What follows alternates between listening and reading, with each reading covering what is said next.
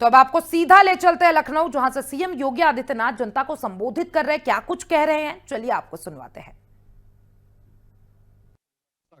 वन्य जीव श्रीमती अनुराधा वेमूरी जी,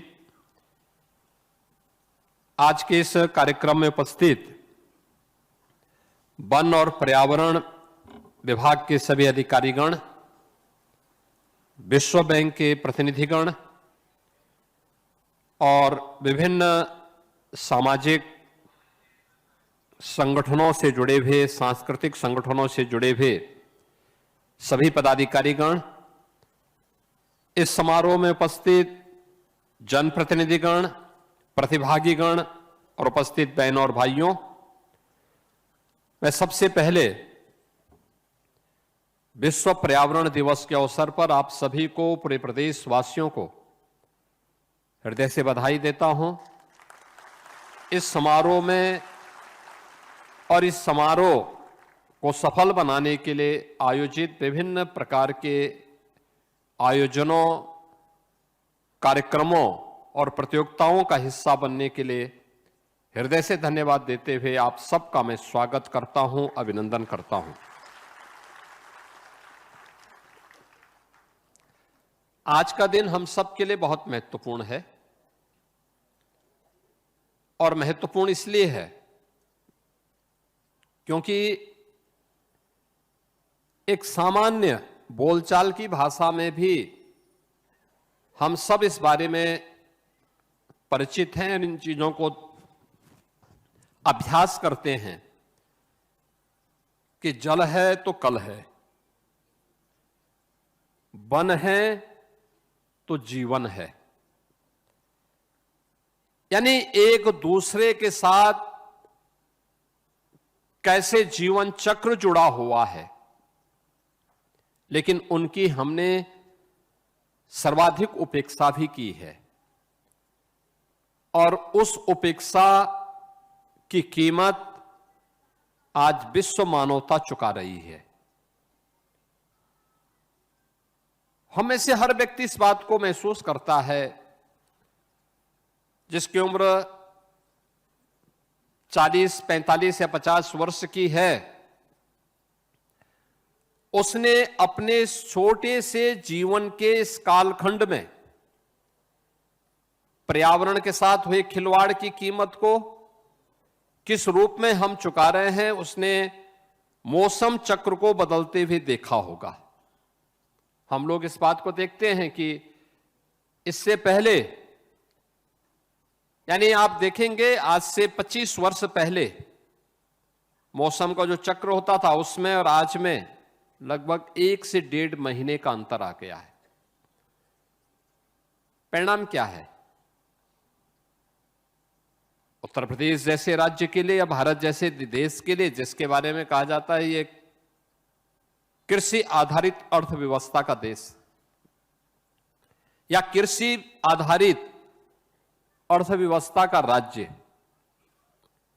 और उसमें अगर मौसम चक्र में अंतर आएगा तो सबसे अधिक प्रभावित कौन होगा? किसान की आमदनी पे असर पड़ेगा, अतिवृष्टि का सामना करना पड़ेगा, अनावृष्टि का सामना करना पड़ेगा,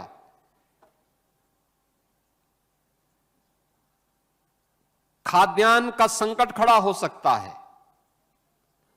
और पूरी दुनिया आज उन चीजों से चिंतित भी है और उनके लिए असमय घटित होने वाली प्राकृतिक आपदाएं एक चेतावनी भी है।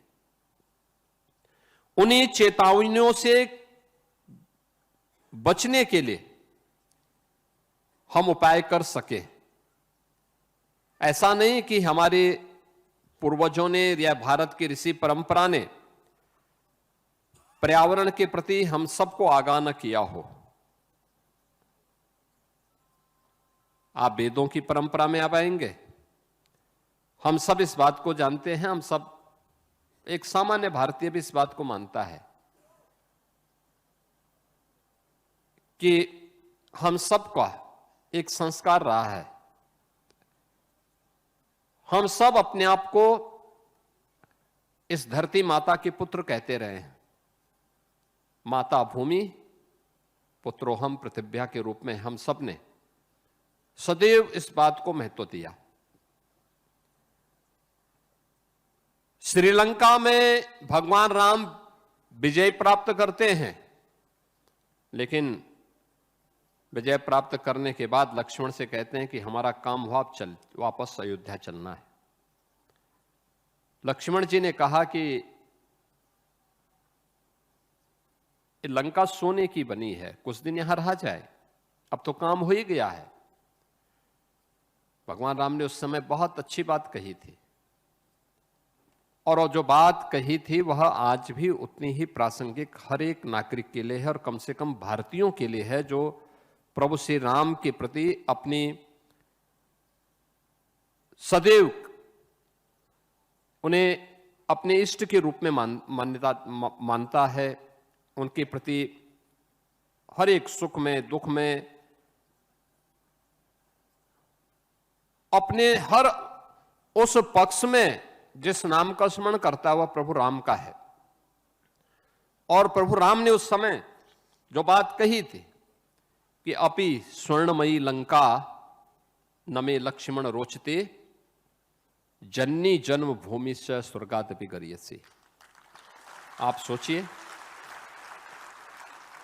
यानी लक्ष्मण जी को भगवान राम क्या कहते हैं कि भाई सोने की लंका भले ही, इस लंका भले ही सोने की क्यों ना हो, लेकिन ये मुझे अच्छी नहीं लगती। यानी ये हमारे लिए रुचिकर नहीं होना चाहिए, क्योंकि हम सब का संस्कार क्या है कि जिस मां ने जन्म दिया है और जहां हमने जन्म लिया है उसके प्रति अपने कर्तव्यों का निर्वहन करना, उसके प्रति कृतज्ञता ज्ञापित करना, ये हम सबका दायित्व होना चाहिए।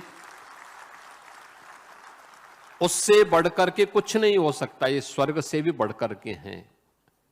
स्वर्ग की कामना जो की गई है ना, यह व्यक्ति मानता है जहां उसको भौतिक उपलब्धियां बहुत कुछ हासिल हो जाए, लेकिन याद करना ये भौतिक उपलब्धियां आपके लिए क्षणिक तो हैं ही, लेकिन तभी तक इसकी उपलब्धि है जब तक आप स्वस्थ हैं और आरोग्यता के लक्ष्य को, निरोग होकर के आप आरोग्यता के लक्ष्य को प्राप्त कर रहे हैं। हम सबके सामने आज ये चुनौती है कि कैसे हम पर्यावरण की रक्षा करें। पर्यावरण के समक्ष इन चुनौतियों का सामना करने के लिए भारत के जितने भी पवित्र ग्रंथ हैं उन ग्रंथों का अवलोकन करें, या फिर भारत की परंपरा में हर एक जीव जंतु के प्रति हमारे जो संपर्क और संवाद बनाए गए हैं, उनके साथ जो हम लोगों ने संबंध जोड़े हैं, ये भी इस ओर हमारा ध्यान आकर्षित करता है। आप देखो ना, हम भगवान शंकर की पूजा करते हैं, उनका आभूषण क्या है? सर्प है। गले में वे सर्प रखे हुए हैं। सवारी क्या है? नंदी है। उनके पुत्र कार्तिकेय को ले,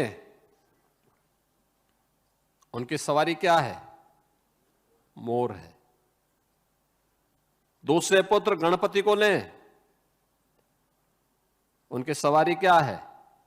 मूस है, चूहा है। और अगर आप जगत जननी मां भगवती को देखें, उनकी सवारी क्या है? शेर है, बाघ।